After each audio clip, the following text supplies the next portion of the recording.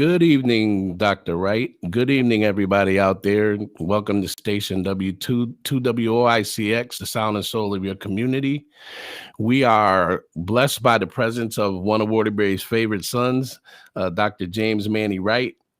And we're going to have an in-depth conversation about all things Black, basically. So we'll just want to introduce Manny to you a little bit. Manny has a PhD in educational administration and educational leadership. He is an assistant professor in the Department of Educational Leadership at San Diego State University. And James's research highlights educational policy and educational leadership discourses, practices entanglements with repressive school experiences in Black and brown schools and their communities. Dr. Wright is a consultant for the National Culturally Responsive School Leadership Institute and is part of a national conversation to revise principal preparation programs. James has published works on inequities and in educational policy and leadership, community engagement, and critical self-reflection. You got a lot going on there, sir. Yeah. So first of all, Warren, I appreciate this opportunity, and thank you all, for all the work that you all doing in my beloved hometown, and thank you for everyone who decided to tune in. So listen, we got a lot to cover, and we want to get right to it. Is that all right with you? Let's do it. Okay. So just for the people who don't know you, we're very familiar with you and your educational exploits, but you want to give us a little bit of background on your upbringing and how that shaped your educational experience? Sure. So basically, I'm like you said, I'm a son of Waterbury, the North End through and through, all in my DNA. I was born in Waterbury Hospital, grew up in the North End. Spent a lot of my early years on Bishop Street, and then later on Rose Street off of Walnut Street. And I was born in the building on top of the Sugar Bowl. so yeah, like I said, I'm from the North End through and through. I'm a product of Waterbury public and parochial schools. I went to Slocum School. And then, I started at Slocum, and then when Slocum closed down, I ended up at Regan for a little while. And then I got into a lot of, confrontations at Regan, if we're talking third grade. So my mom decided to take me out of Regan, and she put me in parochial school. So I did Sacred Heart Grammar School from 4th grade to 8th grade.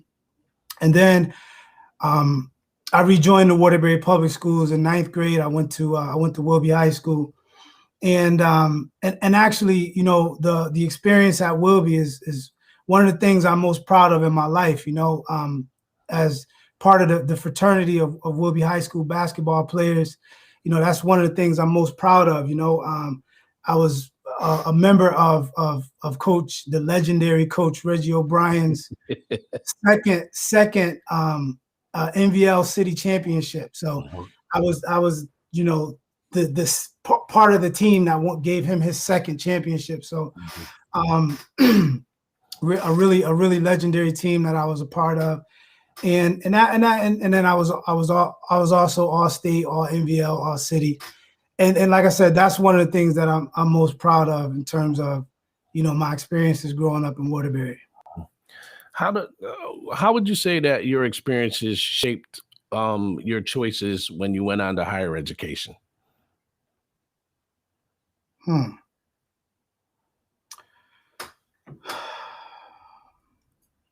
So a lot of my experiences were much like a lot of what folks go through in the Waterbury public school system, and products of the North End, such as myself. I had a very contentious relationship with school. I wasn't feeling school. I didn't think it was, I didn't think it it correlated with my values. I felt like, and this is at a young age. I mean, I'm able to articulate this as an adult now, but at a young age, I didn't necessarily know what I was feeling or what I was experiencing. But I think it's indicative of a lot of what so many of us across the country, quite frankly, experience. We experience these hostile relationships with schools, and I was no different. And fortunately for me, different opportunities presented themselves, and I was never afraid to fail, basically, because in order to win, you gotta be ready to lose. You gotta be prepared to lose. And so different opportunities presented themselves, whether it was moving across the country or moving across the globe, which I did. It was just something in me that was driving me to want better for myself, and believing that something better was out there. And across my journeys, I met some individuals who presented opportunities, who were some resourceful individuals who presented me with opportunities that I took it, I was able to take advantage of. One step led to another, and I ended up in a doctorate program at Michigan State through a mutual friend. But this was after I had already completed my my bachelor's degrees, my master's degrees, and and I spent quite some time overseas studying as well. And so all of this sort of, I'm kind of conflating a lot of information because of sake of time, but I'm just trying to get to the actual journey and the actual academic journey that I'm on right now. And so just met some one individual who we had a mutual friend, and that experience led me to to do my doctorate degree at Michigan State, which was one of the most rigorous academic educational experiences I ever went through. But it prepared me for the opportunity that I was given and offered at San Diego State. Oh. So I just wanted to let people kind of get to know you a little bit. Some of the people that know you here and didn't really know what your journey was, as well as folks that might not know you. So you and we talk on several occasions, and I get a whole lot of knowledge and information from you. We kind of meld my experiences being an older cat and your experiences, cross generationally, and also your level of education. And what comes out of those conversations, I felt like really needed to be captured somewhere, and other people benefit from them. So, without any further ado, I want to delve right into some of what we discuss. All right. So first and foremost, what would you say to those who tell Black people in America that slavery is over and we should just move on, just get over it? Well, first of all, my knee-jerk reaction to that question is first of all, it's a very disrespectful thing, because it would be completely unacceptable, as it should be, if someone told folks who experienced or whose ancestors experienced the horrors of the Holocaust, for example, if someone told the Jewish community to get over, with that Nazism or the Holocaust or any of that, right? It would be completely unacceptable. And likewise, it should be. We should be outraged, and it should be unacceptable for folks to say likewise. So, for an example, if we look at the fact that, let's just do a small timeline real quick. So we look at the fact that slavery officially ended in 1865, right? And we can let's say, like, we can, like, juggle the myth that that Lincoln freed the slaves, right? But the reality is, there were abolitionists working, their tails off to dismantle slavery. So you're talking about Frederick Douglass and a team of folks that he had working with him. We're talking about the Underground Railroad, and which later incorporated people like Harriet Tubman, which were going in and stealing, finding runaway slaves, and so you had this system in place where Black folks were freeing themselves, right? And so it was just a matter of time before the institution crumbled. And there was a whole lot of other economic like incentives, and there were a lot of things happening at that time. But we don't do that history properly. So everything for us is, we're always shortchanged in terms of our contributions to whatever we've contributed to anything and everything. And it's our responsibility to know, first of all, and then second, to be unapologetic about it and telling it how it is. And we can't really care who's offended by it. And that's really part of the legacy of some of the greatest African Americans and our ancestors. That's that's where they were. But back to this timeline. So 1865, we're talking about is the moment that slavery officially ended. Now, my grandmother was born in 1923, right? This is my mom's mom. So that's 58 years. So 58 years after slavery ended, my grandmother was born. I've known my grandmother for all, she was with us until 2015, right? So 58 years. Okay.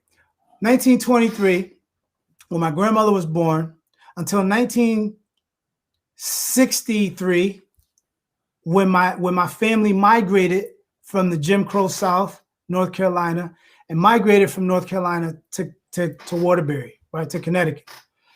For 40 years, my grandmother lived in the Jim Crow segregated South as a sharecropper for 40 years of her life, which means that I won't unpack what sharecropping is, but it's basically it was basically slavery renamed, right?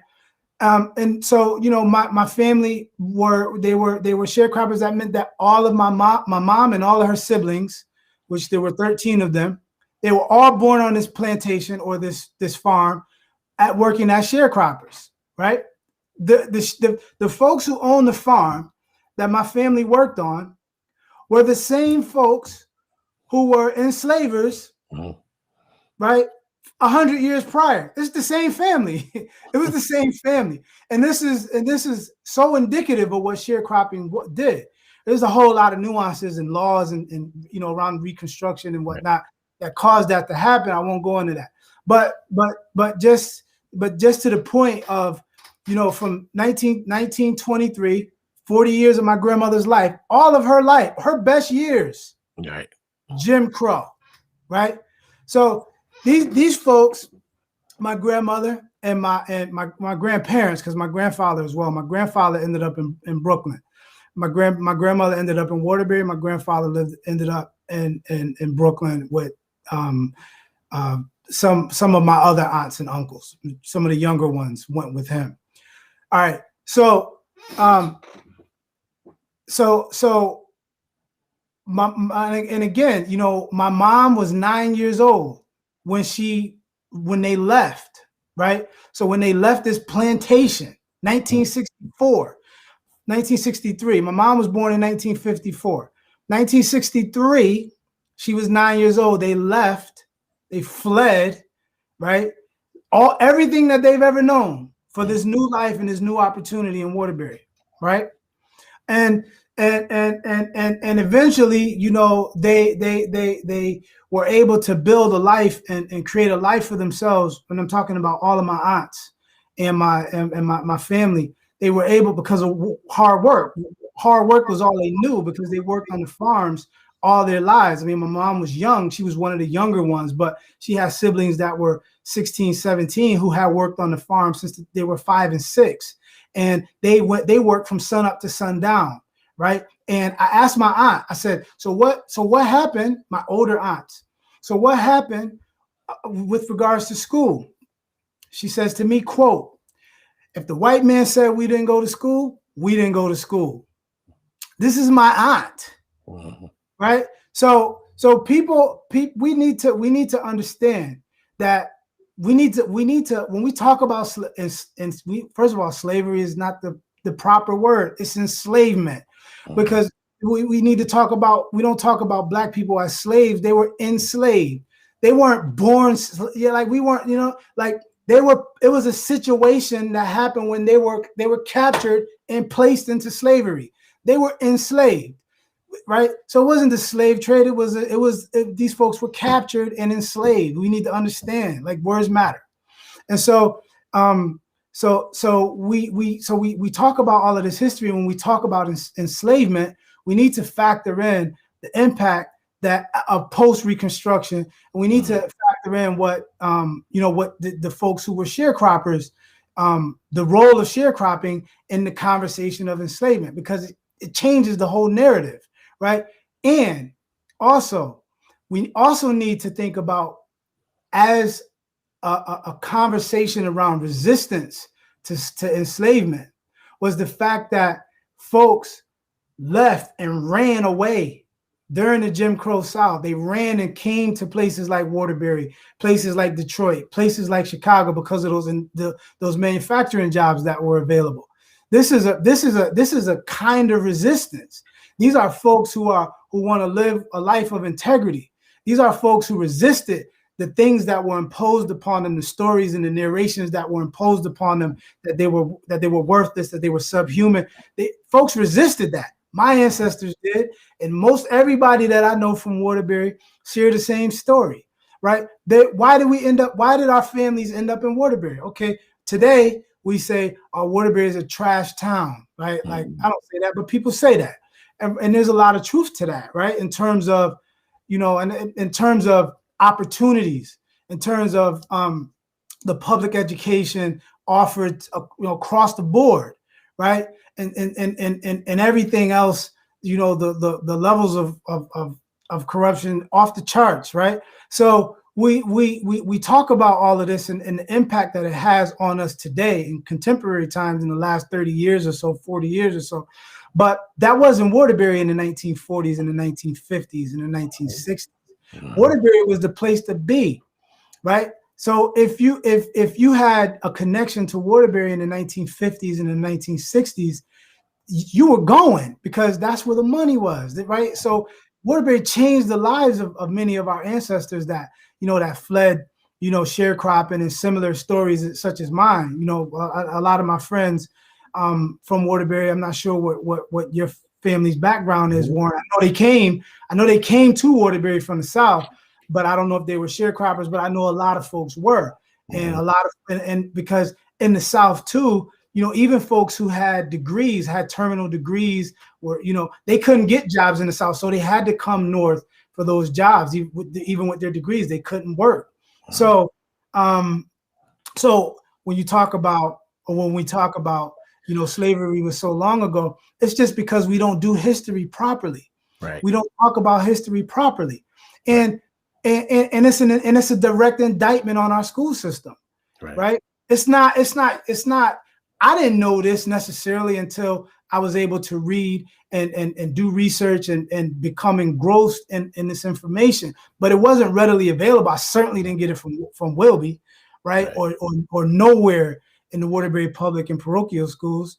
So yeah, that's. You know what I like to say when people say, like, knowledgeable people will say, slavery was 400 years ago. Just get over it. Nah, slavery was as recent as the lifetime of two 70-year-olds back to back. Two 70-year-old lifetimes back to back. 140 years. Two 70-year-olds. That's it. Right. And so, and also, it's also strikes me that, folks want to give Lincoln credit for freeing the slaves, and like this was some sort of monumental thing that they did out of the kindness of their heart. This country's never done anything without being dragged, kicking, and screaming. Now, imagine wanting to pat yourself on the back for righting a wrong that you had no right to do in the first place. Well, we freed the slaves. You want a pat on the back for doing something you had no right to do in the first place? That's the hypocrisy of this place. When you and I talk, we kind of do this timeline thing, which kind of, so I'm glad you set it up that way, because it kind of leads me into like probably the meat of this. And so if you would, tell us how some of the racist governmental policies and laws that were put into place post-Reconstruction to halt our progress, and you could follow up with some examples of how those things still adversely affect us. Right. Okay. So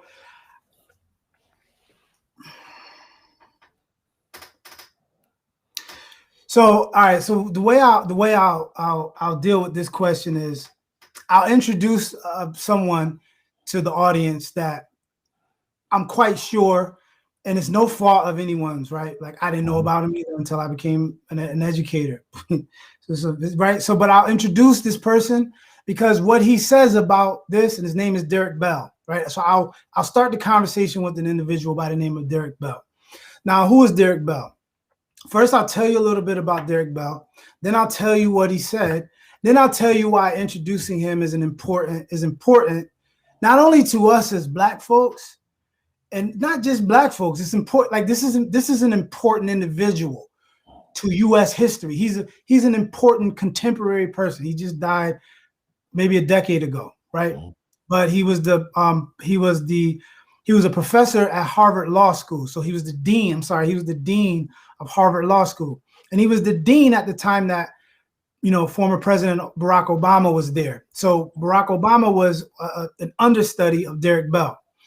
Now Derek Bell he's noteworthy for a couple of reasons, right?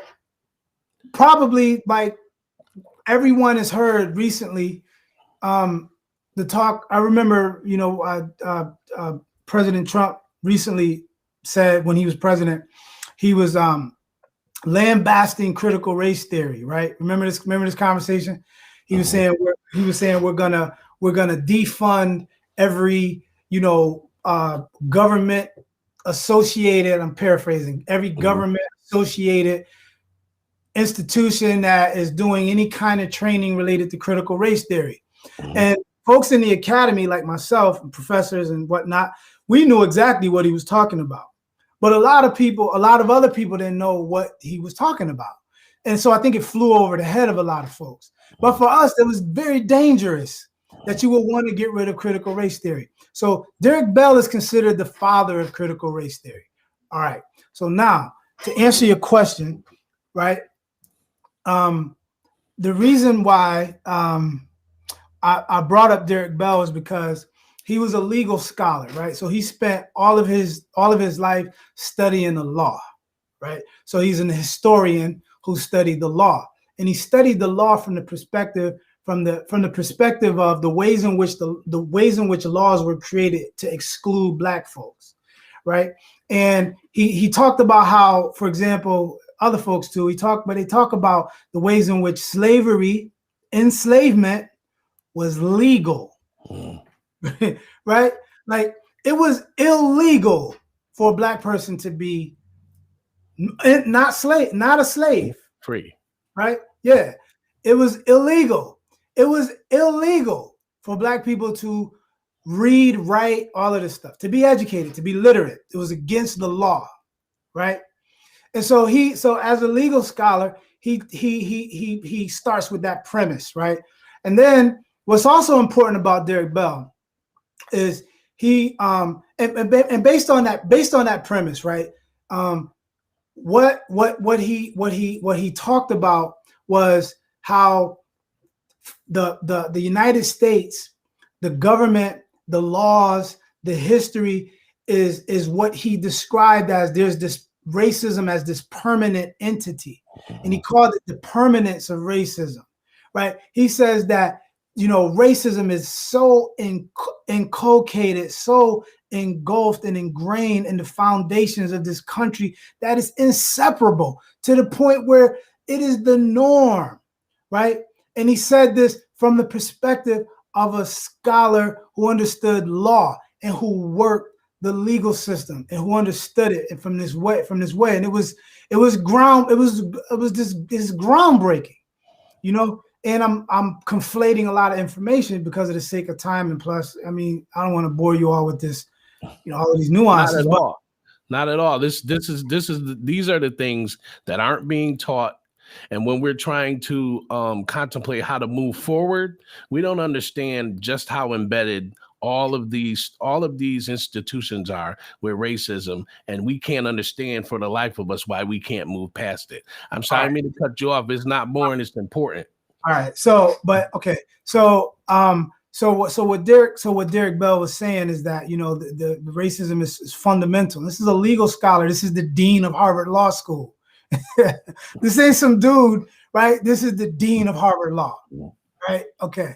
So now, not only that, what's also probably most, Derek Bell is someone that I have a tremendous amount of respect for.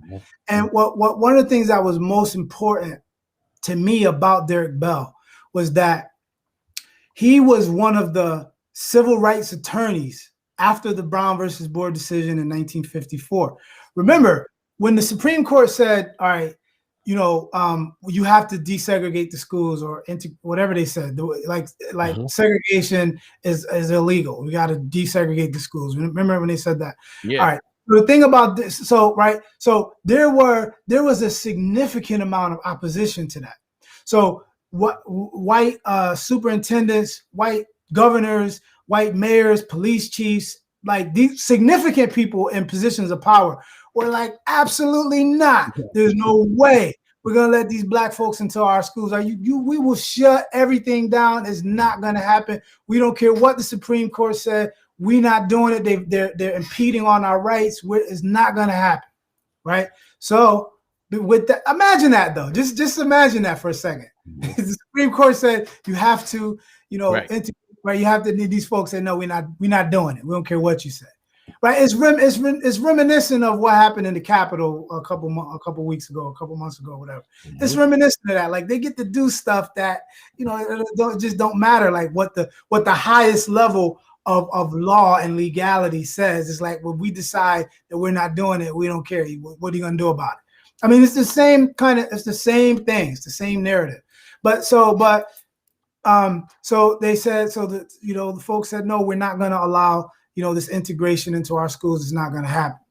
So what happened was there was a cadre of lawyers who went and fought on behalf of the Supreme Court all across the country, went and fought against school districts who weren't implementing the law. And mostly they always won the cases and whatnot. But it was a lot of effort. It was a lot of, you know, scholars and stuff who had to go and like come from Boston and go to Mississippi, or come from Chicago and go to Alabama, or from DC and go to, you know, all of these different places, and literally risk their lives fighting in these racist, you know, institutions for them to implement the law, because the Supreme Court said it. So Derek Bell was one of those lawyers in the 60s and in the 70s who fought, you know, these cases, right, before he was the dean of Harvard Law. So, but something happened to Derek Bell, like around like the 1980s. Derek Bell realized that because one thing that he talked about was that when he would go to these cities and he would meet with, you know, some of the blacks school leaders and the parents and community leaders and whatnot, they were like, listen, we don't want to integrate our schools. We want our schools to remain. Like, this is a mistake, right? And Derek Bell, you know, he was of the opinion at the time that, you know, that they were wrong, that that integration was the way to go, right? And it was the way to go. And a lot of folks thought that. And so, but a lot of folks didn't. You know, there are a lot of folks who didn't prior, you know, before him. You know, I won't. Let's leave that there for now. So, but Derek Bell, after, you know, after some time, like around the 1980s, he had this change of heart, and he came to realize that, he said, paraphrasing more or less, he felt as though he had did the Black community wrong by fighting these fights to integrate the school system, because because of everything that we see now. Long story short, right, everything that we see now, right? What do I mean by that? Well, because when I'm gonna go back to what I was saying earlier. When slavery ended, right? The first thing that Black folks did, Black community members, the first thing they did was they built churches and they built schools. These were the first two things they did. They understood the value of education. Historically, we as people, we understood the importance and the value of education. And we worked our tails off to make sure that the kids and our future generations would have an opportunity that we as the adults in that position, right, didn't have. Right. So they built these schools, they invested in them, their own money, their own resources, their own hands, even though they were paying into the tax system, that the money that they were paying into it was being diverted to the white school districts. This went on for 100 years. So we talking about from 1865 to let's just say 64-ish, right? So we're talking about a 100-year institution of Black schools. 100 years of Black schools. What does that mean? That means Black principals. That means Black teachers, Black school nurses, Black crossing guards, Black school bus drivers, right? I mean, right? So, right? And why is that important? For obvious reasons. In the 1960s, we were dealing with all kinds of racism, right? So we can't put our kids in harm's way, right? So, and plus it was against the law. Aside from that, it was illegal. That's what it had to be. So if you wanted to go to school, you had to establish your schools, which is why HBCUs exist right now today. That's another story. All right. So for 100 years, we had this institution, right?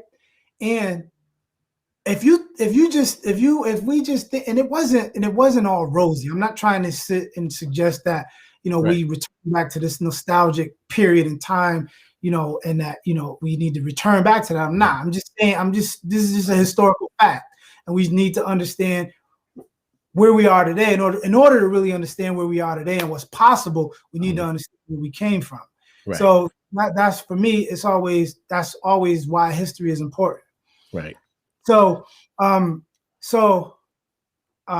you have this 100-year institution, right?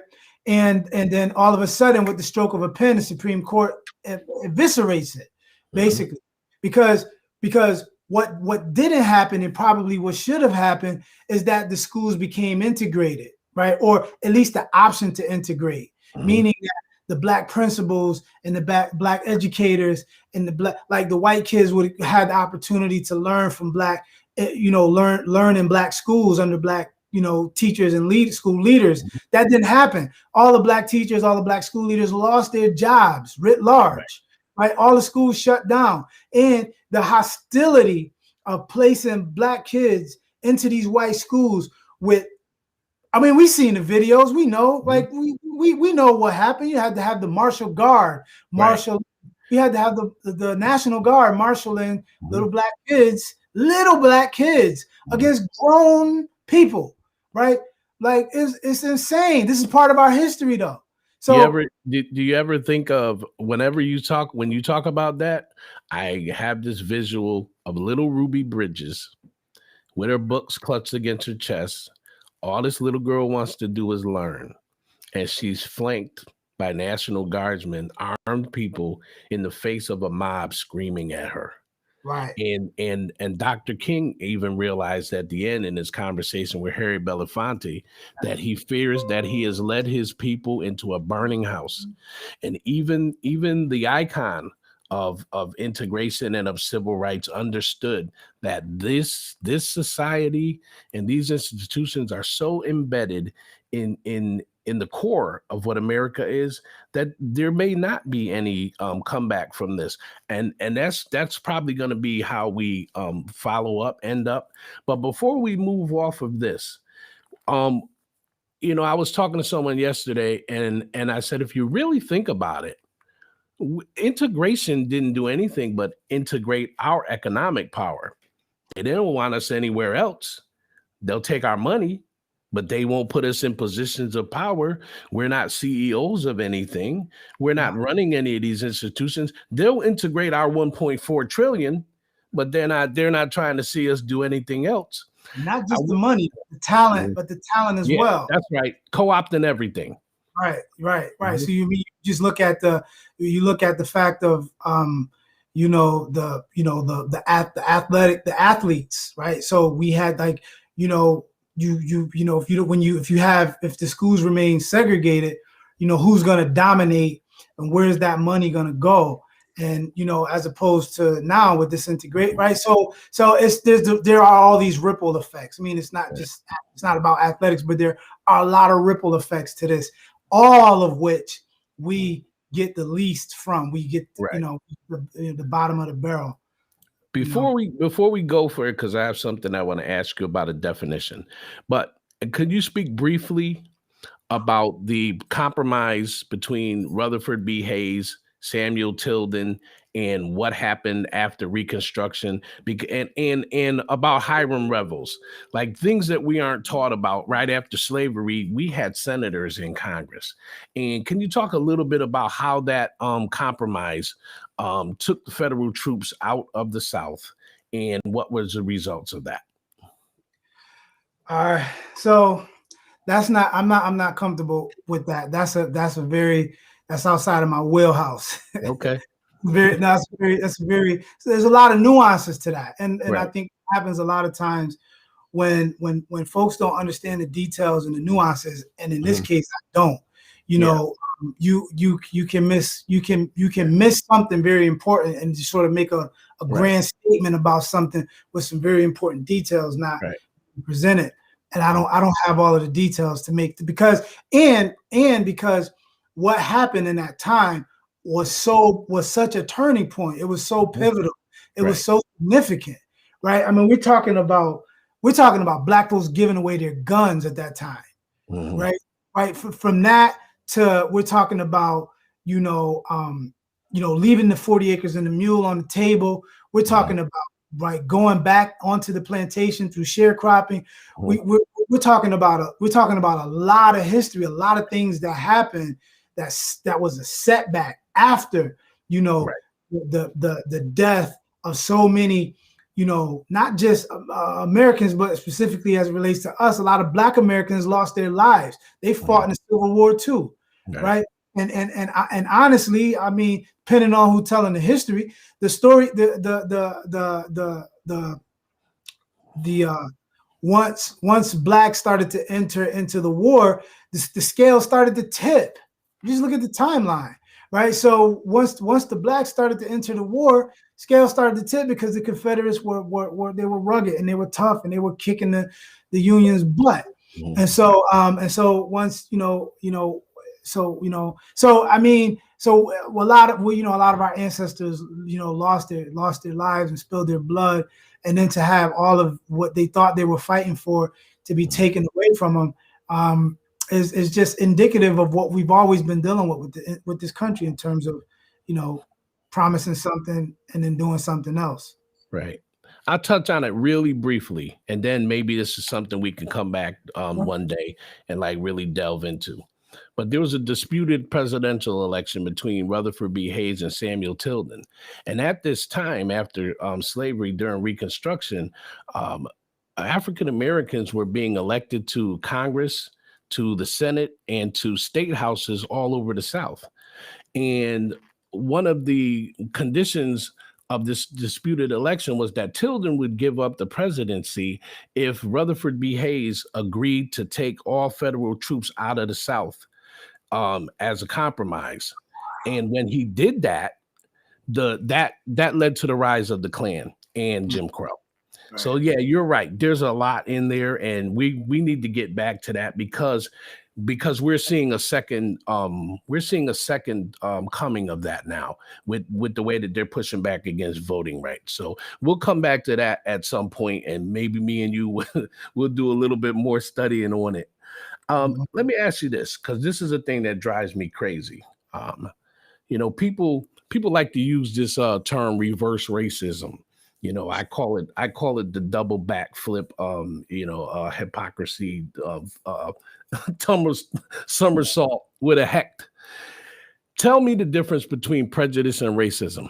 Okay. And I'm prejudiced against a lot of things, but tell me the difference between prejudice and racism once and for all. All right, it's very simple, right? Mm-hmm. Racism is about power, right? Racism, because racism is prejudice. All racism is prejudice, but not all prejudice is racism. All right. So what that means is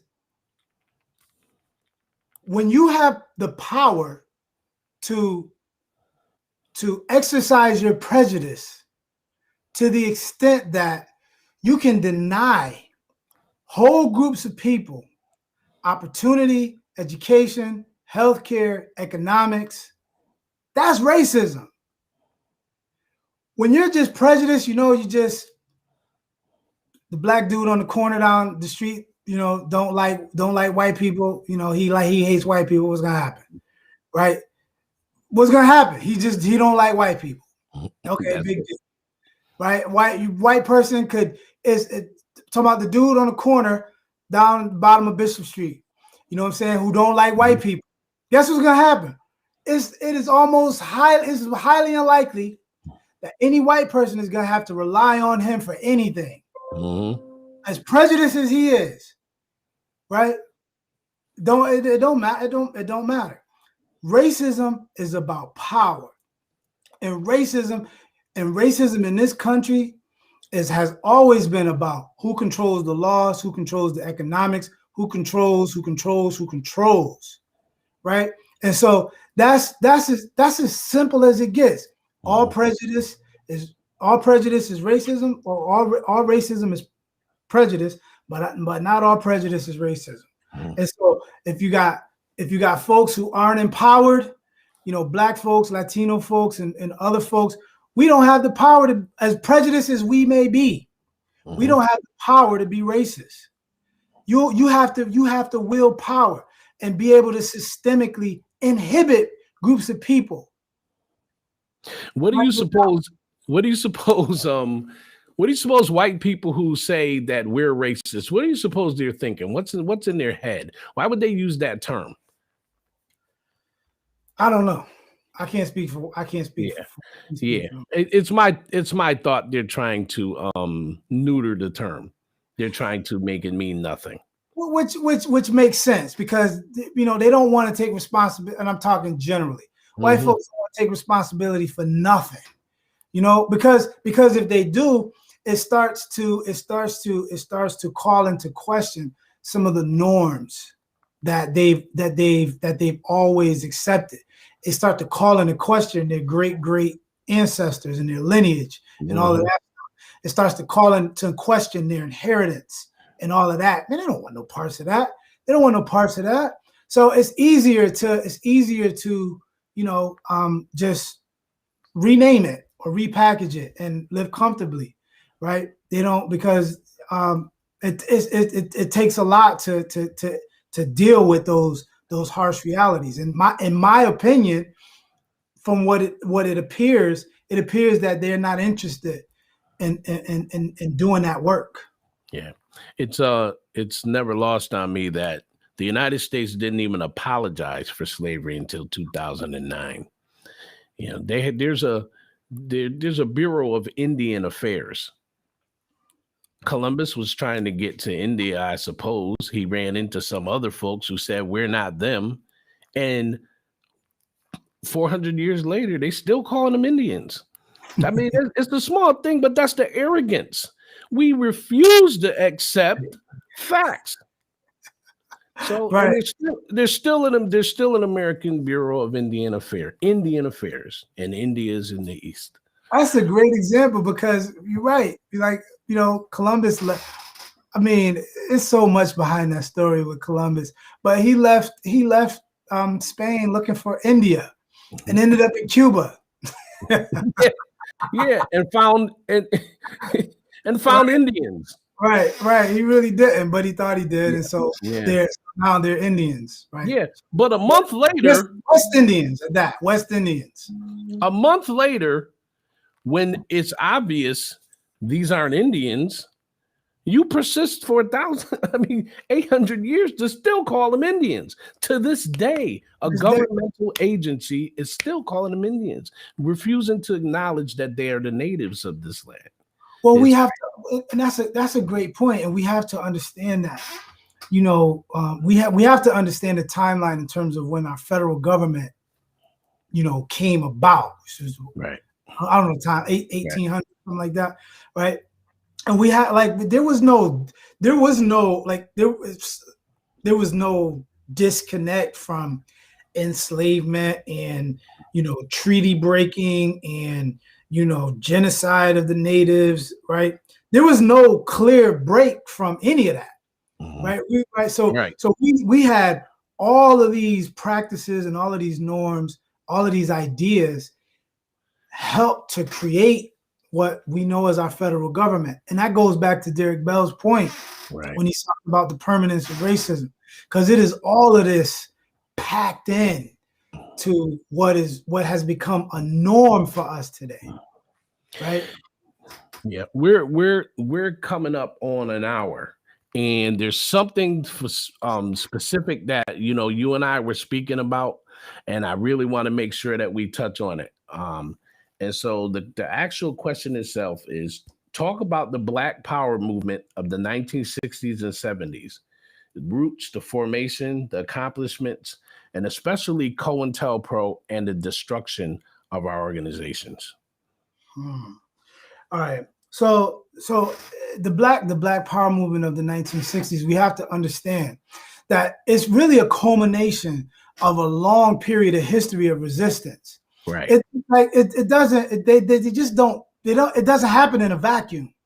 It is Kunta Kinte. It is the slave revolts in Haiti. It is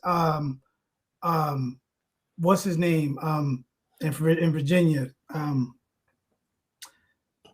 The guy that was, it is all of the slave revolts, all of the slave rebellions. It is the Amistad ship takeover. It is, Frederick Douglass. It is Harriet Tubman, right? All the way up until the late 1800s. It is Nat Turner. It is the folks who are, trying to working in the house, trying to poison their masters, right? But their food and whatnot. Like this is what the civil rights. It is resistance. It is, I want to live my life with a sense of integrity, and you're preventing me from doing it. I have to figure out a way to get myself away from you, whatever it takes, right?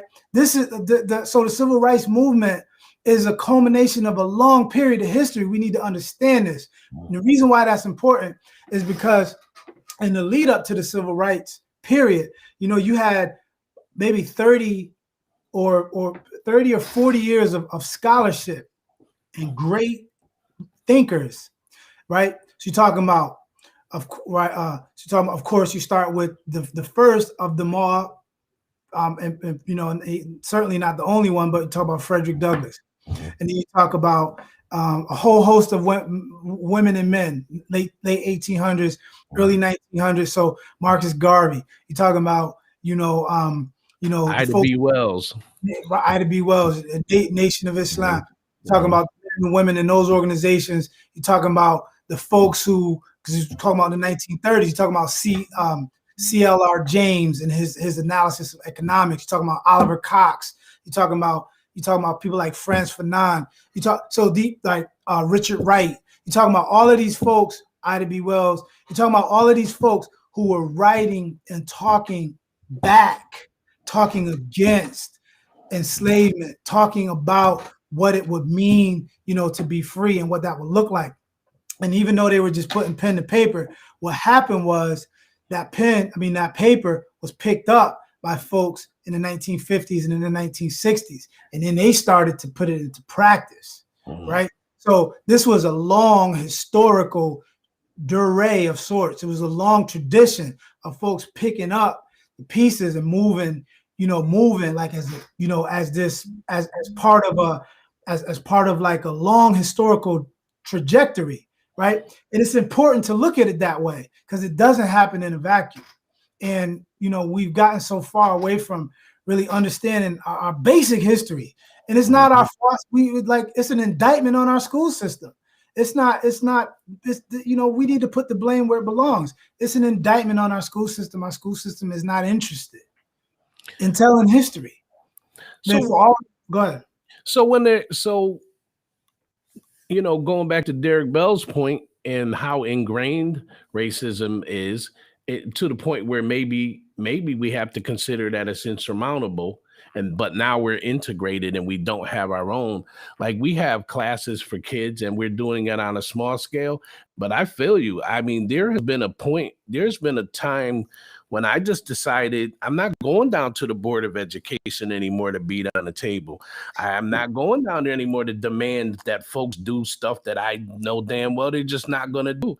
So we'll teach them 10 at a time. Do we need to be segregated?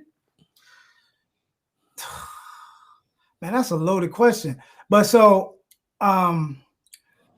it's a loaded question. And so I'll tell you, I'll say this. I'll say what Du Bois said. W.E.B. Du Bois in 1930, 33. He said 20-something years before the Brown versus Board decision, 20-something years before the Supreme Court even took this conversation up. Du Bois said, quote, well, I'm paraphrasing, he said that what the Negro needs is schools. They need to be educated. They need education.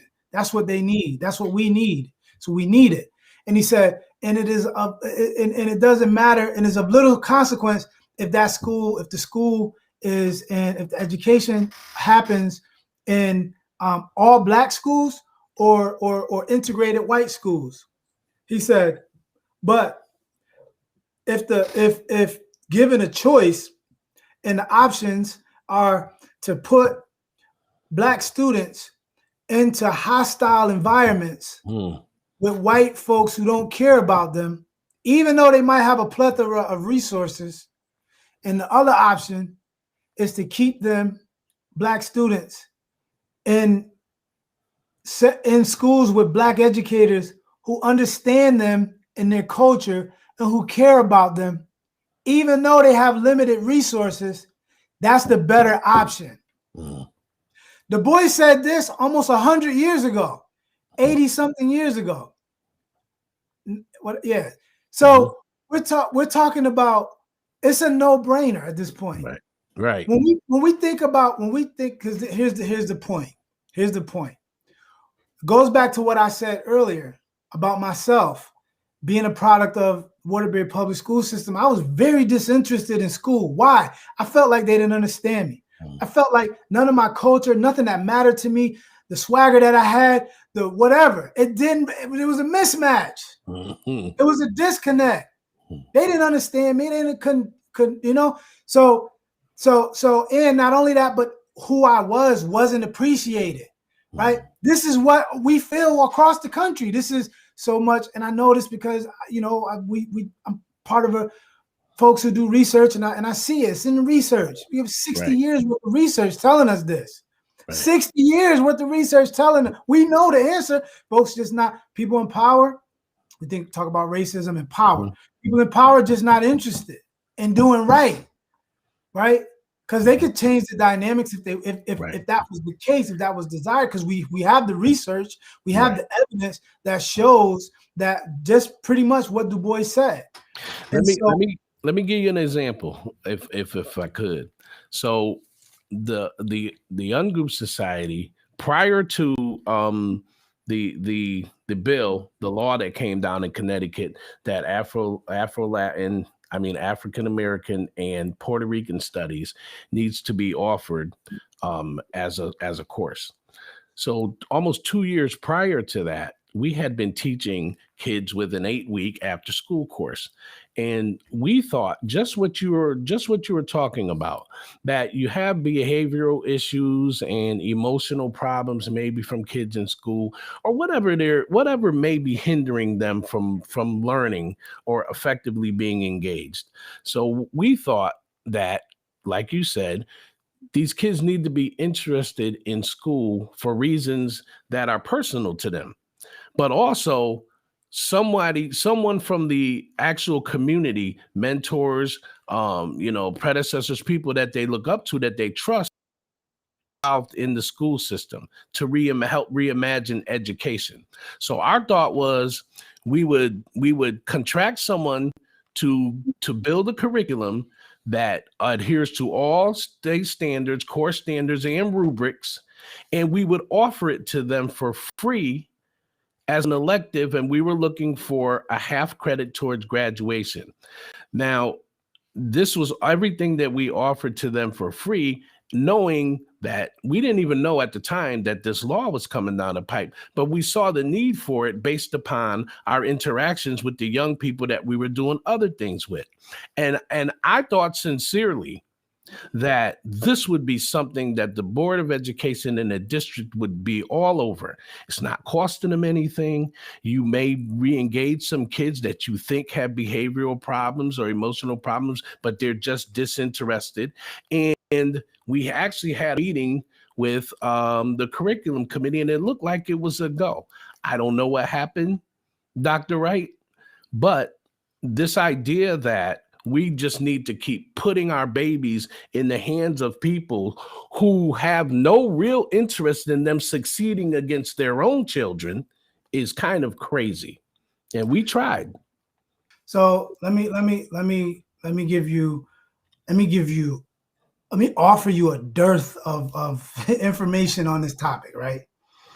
So we have a tremendous amount of research on, for example, folks doing exactly what you're trying to do on a grand scale, right? So we've had like all same sex, so all boys schools in LA, all boys schools in Chicago, right? So some research done on these two separate schools, and these were boys who were, because we talk about black boys. I'm sorry, I should have mentioned it was black boys. So we talk about black boys, and we see in the research that they are the most. I mean, they're doing the worst academically.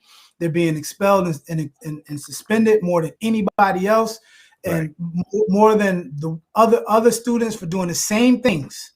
The same things, they're getting expelled and suspended at a much higher rate for doing the same thing that other kids are doing, right? So we have research that shows that same sex, all black schools in LA and Chicago, when these boys who were having problems in the public schools, when they were put into these schools, they excelled, right? So we've had examples of Afrocentric schools, and across the country for 30, 40 years, right?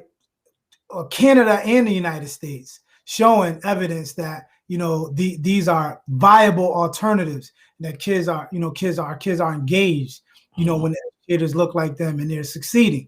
And then we have like probably one of the most popular examples is the Mexican American Studies program in Tucson, Arizona, which made national news a few years ago because MAS, as it's called, was this curriculum designed by these Mexican educators, and it was all about Mexican empowerment and giving the Mexican students their heritage and educating them through a lens that was familiar with them.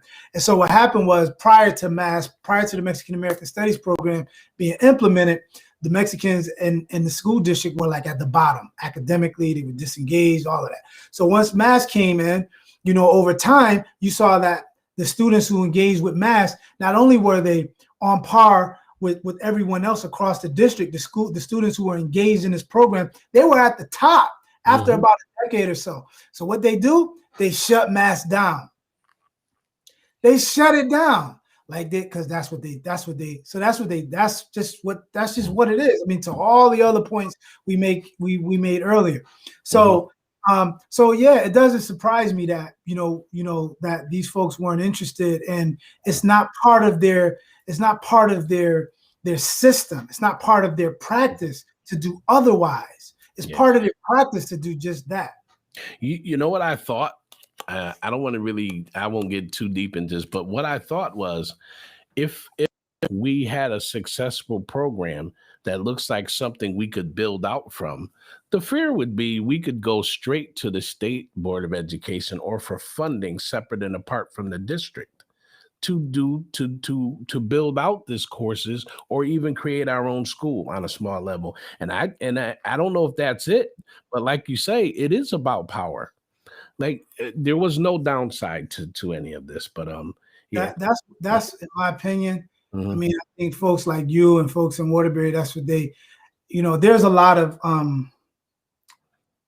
there's two sides to this conversation around charter schools, and I'm familiar with it, so I understand that some folks think it's the worst thing ever, but because it is in some respects, but it also, there's a silver lining in there, and that you can sort of control the narrative and control and determine who you're going to hire, sort of to some extent what curriculum you're going to implement, and it's outside of the, to an extent it's outside of the public school system influence. So I mean, I think just whether, but that's a really good alternative. That's something that Waterbury needs, man. I mean, think about all of these, this is a little off the subject, but you think about all of these great, minds that are there, man, whether they're athletes and folks who play professional. Like, it's crazy that, you got all of these professional and folks who play high level Division I can't get a job teaching high school. But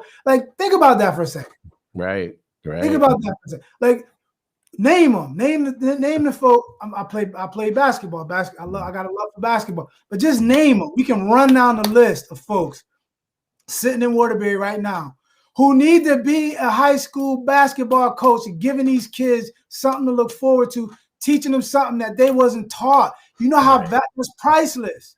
These folks won't dare do something like that because they don't care about our communities in that way. They're too short-sighted and too selfish, and it's indicative of everything that's been going on in my beloved hometown. And we see the results. We see the direct results.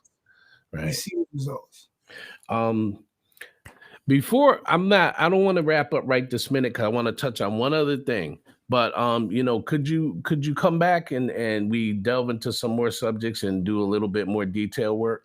Sure. At some point. Okay. All right. Just want to make sure that, and we'll talk at some point after. I got a few more minutes though. I mean, I'm not in a rush right now. So yeah. Okay. All right. So before we get off, we started to talk about the 1960s and 70s and the Black Power movement, and you kind of took it to civil rights.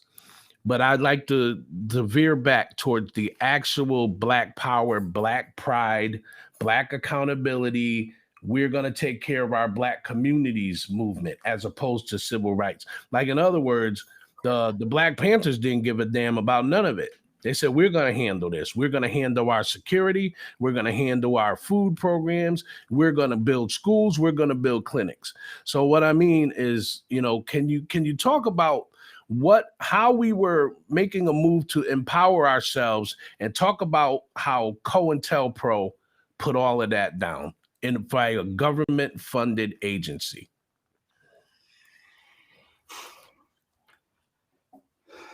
So you had to put the glasses on for that. I had to take them off, and that question is that question is loaded.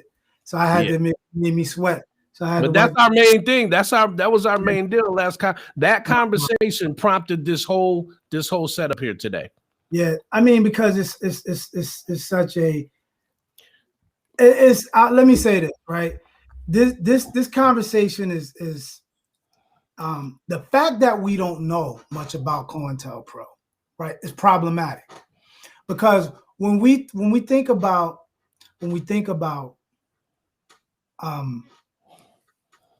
what that agency or what that program did to Black leadership and to really to our community writ large, you have to account for that. I mean, I know Black folks like to say, "Oh well, we know we need to pull our bootstraps. We need to pull ourselves up by our bootstraps." But you have to account for the degree of interruption, the intentional interruption, and the putting people against each other. Like, you have to account for that. So before you do that, I'm sorry, because you tell everybody who may not know what COINTELPRO was. Give them some background on what it was and how it was government sanctioned, actually destruction of these organizations. So the COINTELPRO was basically a federal program, and it's an acronym which basically meant the Counterintelligence Program, and it was instituted and established under the leadership of J. Edgar Hoover, who was the head of the FBI from the 1920s until I don't know when he passed, right? I feel like 50 or so years he was up the into head. The 80s, up into the 80s. Okay, yeah. So, but he instituted COINTELPRO, and basically, it was a secret. It was a secret organization. I mean, a secret program that was not to be made public, and their job was to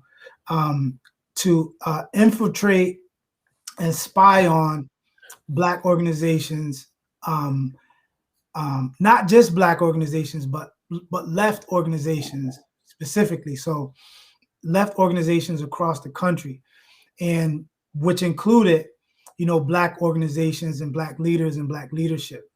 And of the highest priority of these left organizations were people like everyone basically who constituted the civil rights movement. So, we're talking about Martin Luther King, Malcolm X, NOI, right? Everybody, right? And they had a list of goals, right? And so amongst those goals, there were 5 goals. I mean, folks really need to do the knowledge on this, right? And so amongst those goals were, because we seen the movie Judas and the Black Messiah recently. I think a lot of people, if you didn't see it, you should see it. But it's in the name itself, Judas and the Black Messiah. That name is very intentional. It because it's related to one of the goals of the COINTELPRO, which was to prevent the rise of a Black Messiah who could unify and magnify the Black youth. So it's very important that we understand. So that's why the name was called Judas and the Black Messiah, because you have Bill O'Neill, who was portrayed as Judas, and Fred Hampton was someone that the FBI had identified as a Black Messiah, the kind of person who could magnify and unite and unify not just Black folks, as you saw in the movie, but all oppressed folks. And this man died at 21, right? This man died at 21. We saw like the stuff he was doing. I mean, like, folks live to be 60 and don't do half of what this man did. And so, and what's important about Fred Hampton is that he was at 13, 14, if I'm not mistaken. I heard his son, Fred Hampton Jr., give an interview, and he talked about how his father was, when he was like 13 or 14, was the head of the local NAACP, or like the junior NAACP or something like that, when he was a young kid. And the FBI they were spying on him at 13, 14 years old. So they had a jacket on this kid as a 13, 14-year-old, right? And he died 8 years later, right? And so the reason why, COINTELPRO is so important, because it's so important for us to understand historically. It claims to have disbanded in 1971. It was implemented in, I think, 1971 was when it sort of disbanded. If you Google it, you'll find out. But it claims to have ended in 1971. But it was designed to identify and locate Black leaders, and some were targeted for assassination, plain and simple. and some were and so there were these misinformation campaigns where they were putting folks against each other, and and they were. I mean, all of the organizations were flooded with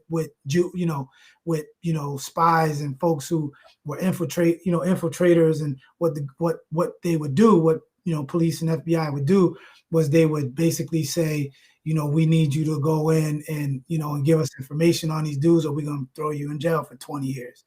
So what they gonna, and it was mostly kids. There's mostly, I think Bill O'Neill was like 17 or 18 when he started working for them, And so, I mean, and they were mostly kids, and folks were doing this because they didn't want to go to jail.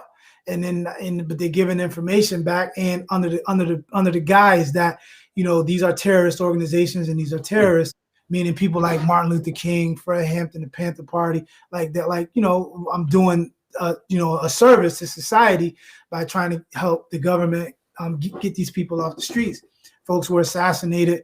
And so the reason why we even know about the COINTELPRO, because it was secret, it was not public, and the reason we know about it is because during the Vietnam War, and folks were getting what do you call it, drafted, right? And so a lot of the white guys that were being drafted for the war were like, well, I'm not going to war. I'm not fighting that war. Are you kidding me? So what they did was, some of the white guys broke into the FBI headquarters, right? And in response to resistant to being drafted and going to war. And what they stumbled across were documents. You think, like, this is, I mean, we're in the information age now. Everything is like, everything is on the internet. But back then, you have files and storage storage bins of like files and stuff. And so folks went in there and they found these, this information on the secret FBI program. So, these were folks with means. And so, they lawyered up, and there was a long civil battle, a legal battle for Freedom of Information Act, for this program to be released and be made public. And so it took till around 1980, I think, don't quote me on that, but it took like a long time. I mean, like, 15 or 10 or 15 years or 20 years or so for that information to be made public. And it was, when it was made public in the early 1980s, everybody was dead, or either political prisoners or right? It was like, what? Wait, what? This is what was happening in the 60s. This is why.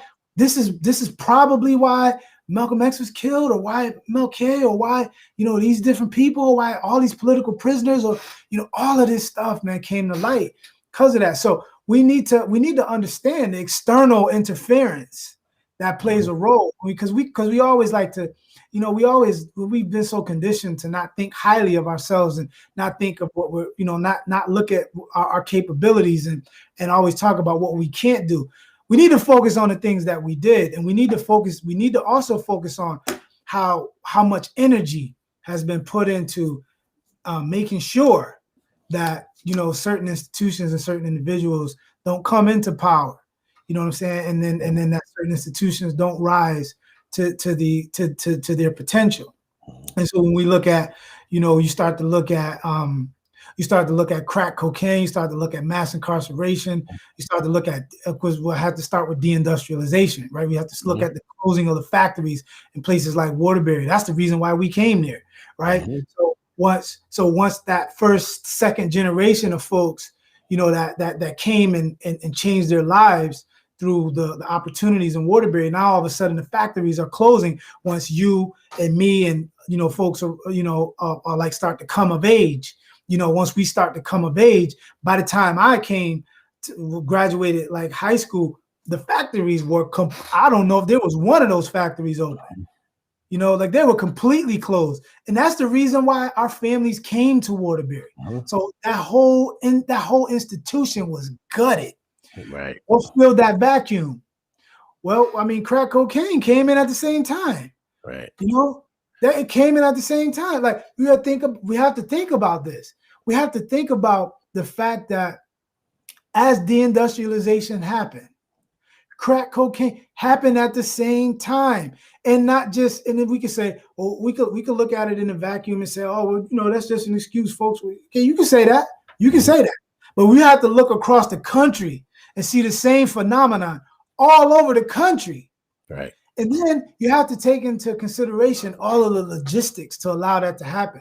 So you're talking about the most divested groups of people in the country with the fewest resources, the fewest, right? How is it that this substance that's foreign grown is getting into the borders, not just getting into the borders, but getting into the poorest communities at the same time all over the country? Well, it's a coincidence. It's a coincidence. Listen, you know what? We're gonna end, but I think that's where we pick up. That's where we pick up the next round. If you're willing to go deep into the how COINTELPRO kind of decimated the Black Power organizations and the groups that were empowering their neighborhoods, and deindustrialization, crack cocaine, the Manuel Noriega, Blandini, Freeway Rick Ross connection, and how all of this stuff tied together. And I know one thing. I know a couple of things about the drug culture and that kind of despair. And when you say that the jobs, the jobs went away at precisely the same time that this escape came in. And we transitioned from having hope and opportunity to having despair and no hope. And we needed to escape from that. Right. Escape and diapers. Yeah, that's right. You needed things, and this was the only way to get them. You know, we're gonna end unless you want to expound on a few more things, because I think this is a good entry into a whole nother section of how we got here exactly and what we need to do to get out of this situation. All right, that's cool. That's cool. Yeah, that works. I'm gonna give you the last word.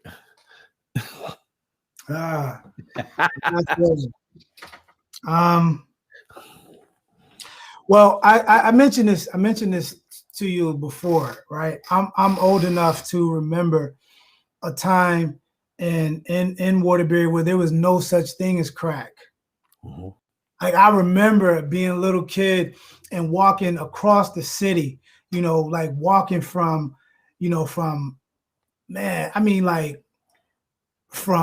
Lakewood Park to the Boys Club, for example, mm-hmm. like a little kid, 10 years old. That's right. on my bike, like crisscrossing the city. Right. Like I'm way up Fairmont, like by myself, not worrying about nothing. Mm-hmm. Not worried about nothing. And this was a time where folks in our communities really looked after each other. And it was just a different time, and it's important to understand what happened and what went wrong, right?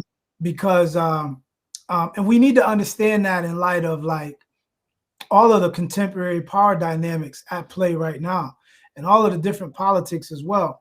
Because I'll say this, right? Mm-hmm. The thing about the 1960s, right, and the civil rights movement, that was a real left movement. It wasn't a left as they use the term left right now. Mm-hmm. Not different. The left then and the left now is different, right? Because the left now is largely part of the system. The left back then was different. Mm-hmm. The narratives, the epistemologies, the ways of thinking and knowing were outside of the power mm-hmm. structure system. It was different. We need to understand that. Mm-hmm. And because we're not there now. So folks who claim to be on the left today and that, no, it's not the same. It's not the same. Your narrative has to pass a litmus test, right? in some of these left organizations today. And then quite frankly, until there are some real left institutional challenging or institution challenging organizations and institutions, can't be just individuals. Right. Individuals get assassinated. And yeah, just like that. Yeah. So no, you need institutions. So until you have these left institutions and organizations, you know, that can speak freely and offer, you know, alternatives and whatnot to the power structures. Until that happens, when we locked into we locked into like a system of us really not going very far. Right. And that's the last thing I'll say. Okay, so we're going to come back and process this some more. You know, everybody in this town is proud of you, what you've accomplished, and how you still hold it down for home. So we appreciate that, and we know you're always here for us, man. I keep the 203 on my back, man. I know that. I know that's right. Listen, for internet radio station 2WOICX, the sound and soul of your community, we'll be signing off, and we'll see you next time. All right, Warren.